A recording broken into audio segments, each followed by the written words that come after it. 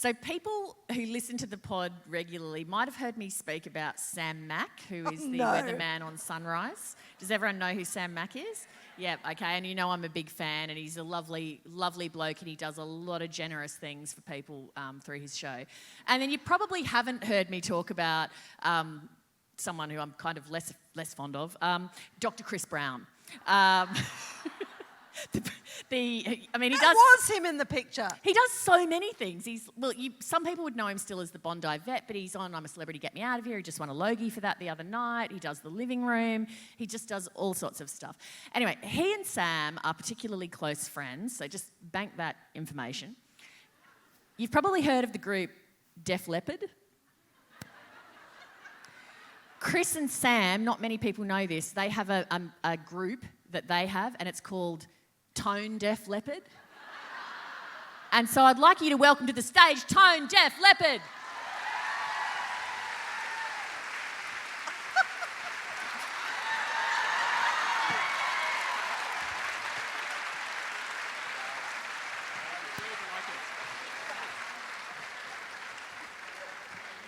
Why are you dressed as lobsters? So about that, it's a very good question, Annabelle. We'd made a terrible mistake. This is not good, Chris. We thought we were booked for Annabelle Crabb's show, so... And the worst part is, it's really difficult to get a crab costume in Sydney. So, slight rebrand. Hope everyone's on board with it. Ladies and gentlemen, Annabelle Crayfish. Thank you. Thank you so much. Thank you. Take a seat, guys. Thank you. Oh, it's a little tight. I think I may be about to molt. So... We've been talking about wardrobe malfunctions, so let's hope for the best. Thank you. Now, funnily enough that you should both come out, because we were just talking about the Logies, and I saw you both on the weekend. In fact, I met you for the first time at a Logies. But, so... Picture this, everybody. So everyone's been at the Logies on Sunday night. Monday morning, for the professionals, you know, there's often an early call time. So I've had a 6:30 a.m. call time to go and get makeup because I was appearing on the Today Show. I then had some commercial radio commitments. I bumped into Chris, who was meeting his commercial radio commitments. And then as I'm driving back to my hotel to pick up my gear to go to the airport, I see this man doing the walk of shame down one of the boulevards in Surfers Paradise, and it's a guy with his like tux hanging off and he looks like half dead, and I look out the car window Is it Carl? It's Sam Mack. Wow. What was going on? I'd love to say that this is a fictional story, but no, this actually happened. I had just actually... You called it the Walk of Shame, is that right? I did. I prefer Walk of Glory because I just nailed 7 amazing live weather crosses on Sunrise. You're welcome. No big deal. Thanks for watching, Lee. But it was quite strange. You know what? It felt like... Obviously, we've known each other for a few years, and it felt like Mum had caught me trying to sneak home. And I mean that, like, hot Mum, obviously. Yeah. Good save. But Mum nonetheless. So, but I presume you had actually been doing Sunrise, had you? Yes. Had you gone the whole way through? Absolutely. Oh. Well, no, I had an hour and a half sleep. And then, of course... how do you do that? Not very well if you watch the show. You just battle through, right? What about, did you go the whole night through as well? I think I wrapped up about 3, up at... We saw each other at radio at about sort of 6:30, 7 o'clock. So I reckon you might be underplaying the scale of your nightly sales just quietly. Do you know the thing that was funny going on Today's show? I was looking at Carl and I was thinking, it's kind of tragic for Carl because unless he shows up completely rat-assed and loose, everyone's kind of let down. Yeah. Where does he go from here? He doesn't, you can't go anywhere. If he just does the responsible thing, as a father of a 1-year-old should do, and just goes home and has an early night, we're all like, oh, well, that's a letdown, isn't it? Yeah, yeah. I feel like Annabelle's not saying much. Are you not approving of the guest selection by Lee? Is that what's happening? No, I'm just, to be honest, I mean, if I'm going to be frank about it, I'm startled by how quickly we've relaxed into loose conversation about the Logies and how quickly we've moved past the fact that you people are wearing polyester crayfish outfits. Have you? I just like, I don't know, as an exoskeletal person all my life, maybe I just feel like we need to honour that a bit more. I feel like if we're going to have a legacy, it's for doing visual gags on podcasts. Yeah, true. It's a good... It's edgy. Now, how was your Logies experience, Chris? Look, we've been to a couple. It was mixed, probably to say the least. The night started off in a very, very strange way for me. What happened? Well, the red carpet takes forever, right? Yeah, that's because people are actually taking your photo. I find that if you get the whole nah, keep moving, it's amazing how quickly you can get through that shit. To be fair, they do take photos of me, but it's to test their lighting, just to make sure, yep, we're good, go through, thanks, buddy. Yeah, you do a great job on the Today Show. The white Terrific. balance. Yeah. Look, it was taking a while, and it started off very strangely because I about halfway along, a couple of people from Channel 7 came up to me and said, Chris, thank you for the photo. And I was like, great. I didn't remember taking a photo with you, but great. Then a couple of minutes later, some people from Channel 9 said, looking good, thanks for the photo. And I was like, I don't know what you mean, but sure. And then we're about to finish the red carpet, and Costa comes up to me with a... Shout out to Costa. Yeah. Greatest man alive. With a little bit of a swagger, and he said, with a wink, I love the photo. And I said, you're going to need to explain what's happened, Costa, because I have no idea what's going on tonight. And he said, a phone called Dr. Chris Brown, open brackets, Bondi Vet, close brackets, just airdropped me this photo.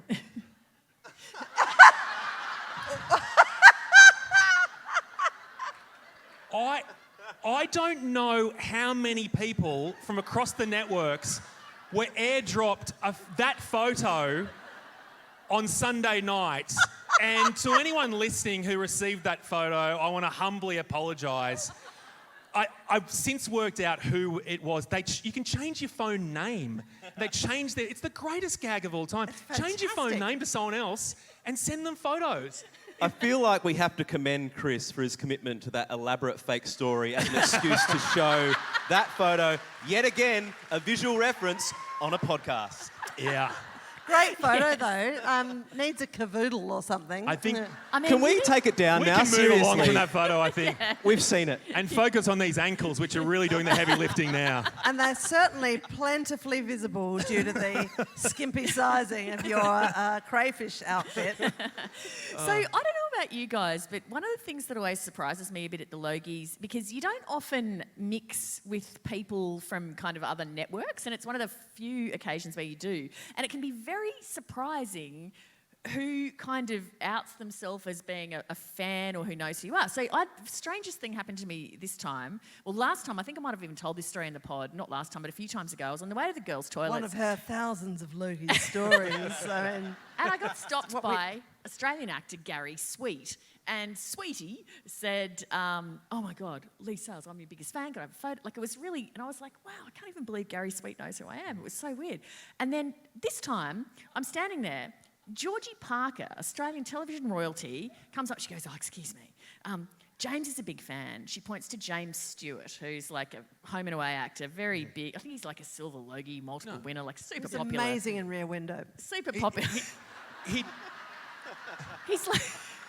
He'd be a teen heartthrob if he wasn't about 45. Exactly. He's like super popular. Yeah. She goes, he is your biggest fan. He just, would it be all right if he had a photo? Like, he was clearly too shy to ask. So I was like, oh, sure. Anyway, at the end, I was like, mate, how do you even know who I am? And he was like, well, we were raised right. Our family was raised to watch 7:30. I was like, okay. But does that happen to you? No, not like that. Sam? Have you tried dressing as a different amphibian? I shared a golf buggy with Reggie from Big Brother. I don't know if that's of any interest in terms of my celebrity anecdotes. It is strange though, and a lot of people might know when you watch it on TV, if you go to the bathroom during an ad break, you literally have shot clock. You have 3 minutes to get back in. If you're not back in, you're locked out at the Logies. They have to get seat fillers in, and you miss the entire segment, which is really bad if you're nominated in that segment. Thankfully, I don't have to worry about that very often.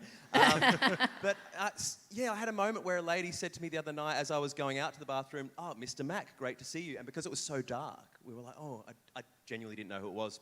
by the time they opened the doors, it was too late, but I realised it was Sandra Sully. Oh, sweet Sandra. Australia's You sweetheart. Sorry, iced ladies. Sandra Sully? Australia's sweet. I snubbed Sandra Sully. What a low point. Like, if I do get that, what you're talking about there, people bailing me up to talk to me, it's usually just for free vet advice. But I have had some good Logies ones. Actually, I have had a very good Logies ones. A former gold Logie winner just a couple of years ago asked me if it was okay, he'd already done it, to put Frontline, a dog tick treatment on his kids for head lice.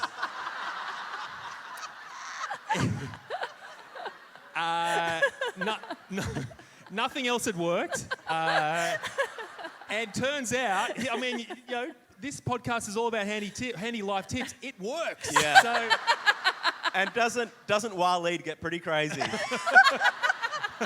This is not a sanctioned piece of advice, obviously. we do not approve.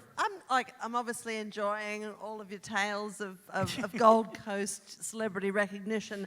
I mean, I have only scraps myself to contribute to this exchange because I declined to go to the Logies this year because I felt that it was a human torture to which I was not able to submit myself. Hang on. And this is not? At this time.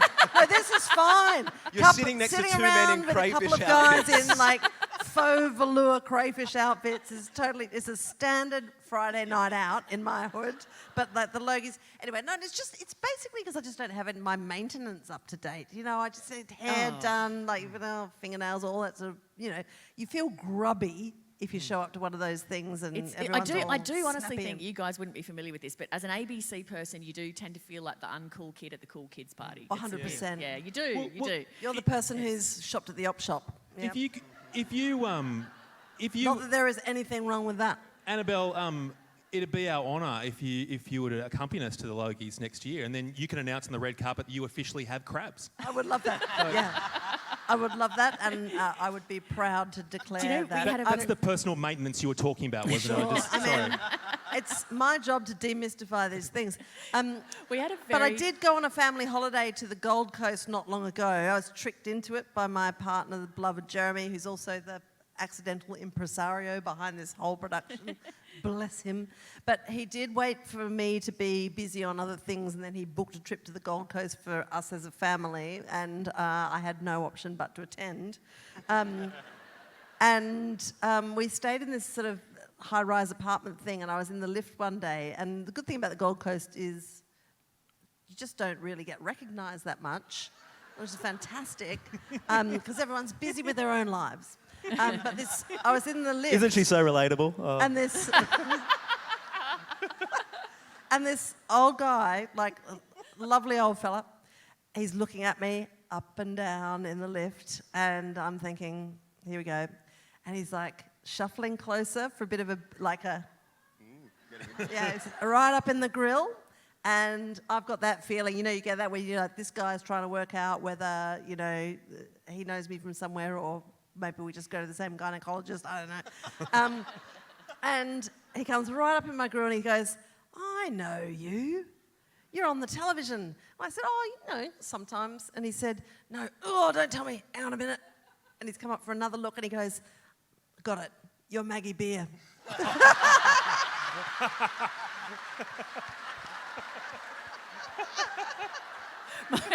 And my kids are like, and I'm like, that's right, sir. It's an honour to meet you. Please stand by for my poached quince recipe. We had a funny thing with my 8-year-old. One night I was texting Sam and Chris, and my 8-year-old was sitting next to me in bed, and he said, who are you texting? And I said, Sam Mack and Chris Brown. And he said, who's Chris Brown?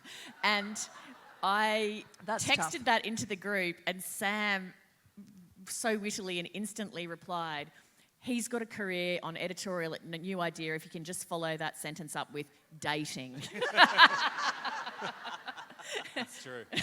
I mean, the wrong photo right now next week we can already see it. We'll just never be able to get rid of it. True. Don't you just look at Chris and go, how is he single?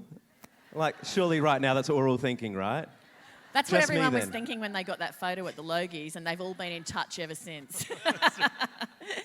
Now, I should point out that, I mean, I don't want to make things awkward, but I did actually introduce you guys as a musical act, Tone Deaf Leopard, Sure. right? Yeah.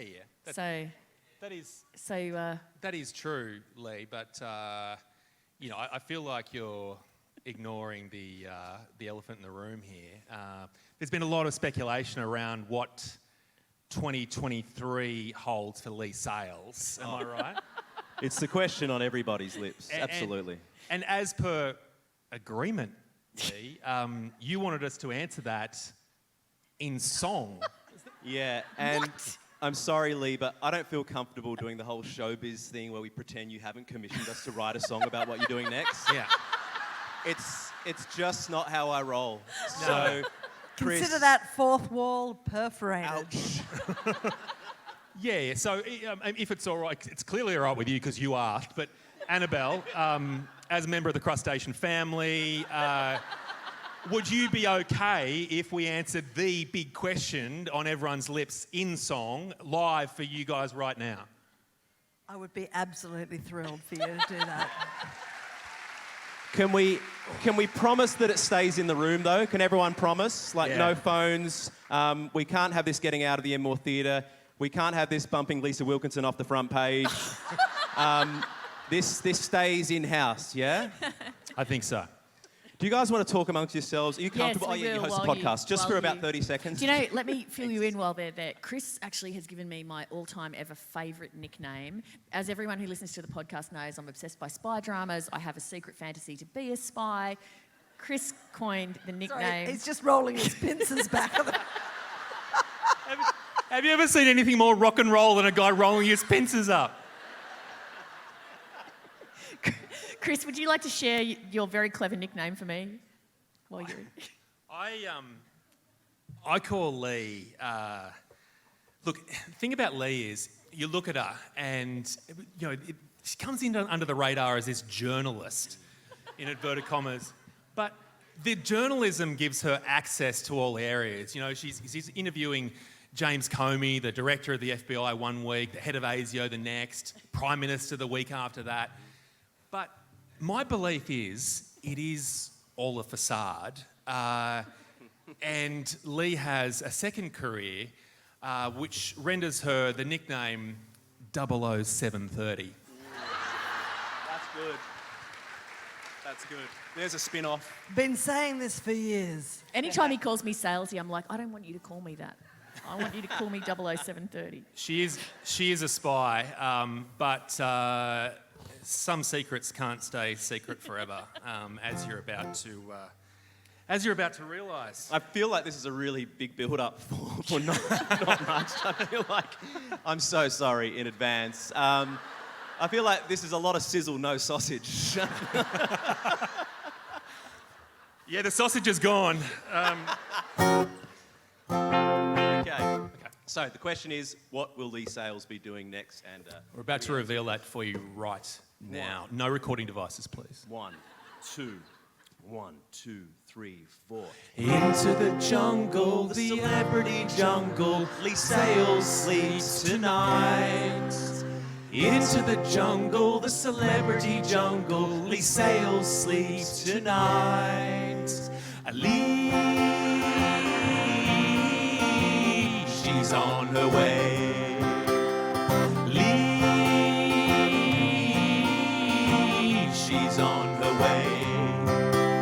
She's leaving 7:30, her fans are dirty, there's many options to choose. She's leaving 7:30, her fans are dirty, but at least it's not to Sky News. She's on her way. Everybody now, join in. She's on her way. Only 14 minutes left in the song. I think they're fading our mics down. She's on her way. Good luck in the jungle, Lee.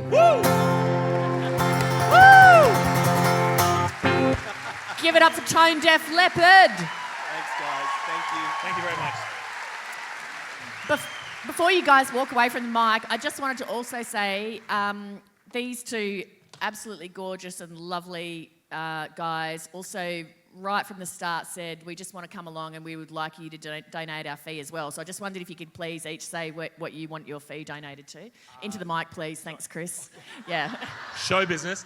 To the Animal Welfare League of New South Wales is where I'd like to... I adopted a dog. Proudly, as a vet, I have the most dysfunctional dog in Sydney. So he's from there and they do a great job. Unlike the gentleman to my left, I do a lot for animals. So my charity is Sydney Dogs and Cats Home. I've been an ambassador or a Sambassador, a hashtag that hasn't caught on, for about a decade now. I sadly lost my beautiful cat, Coco, of 14 years only a couple of months ago. It was traumatic. I just brought the mood down. I'm so sorry. But I feel like this is a safe space and we're all animal lovers. And in her honour, we raised $35,000 and it was the most beautiful thing to go through that, but then to feel the love for animal rescue. So I'm a huge supporter of Sydney Dogs and Cats Home. Thank you. Please thank Sam Mack, Dr. Chris Brown.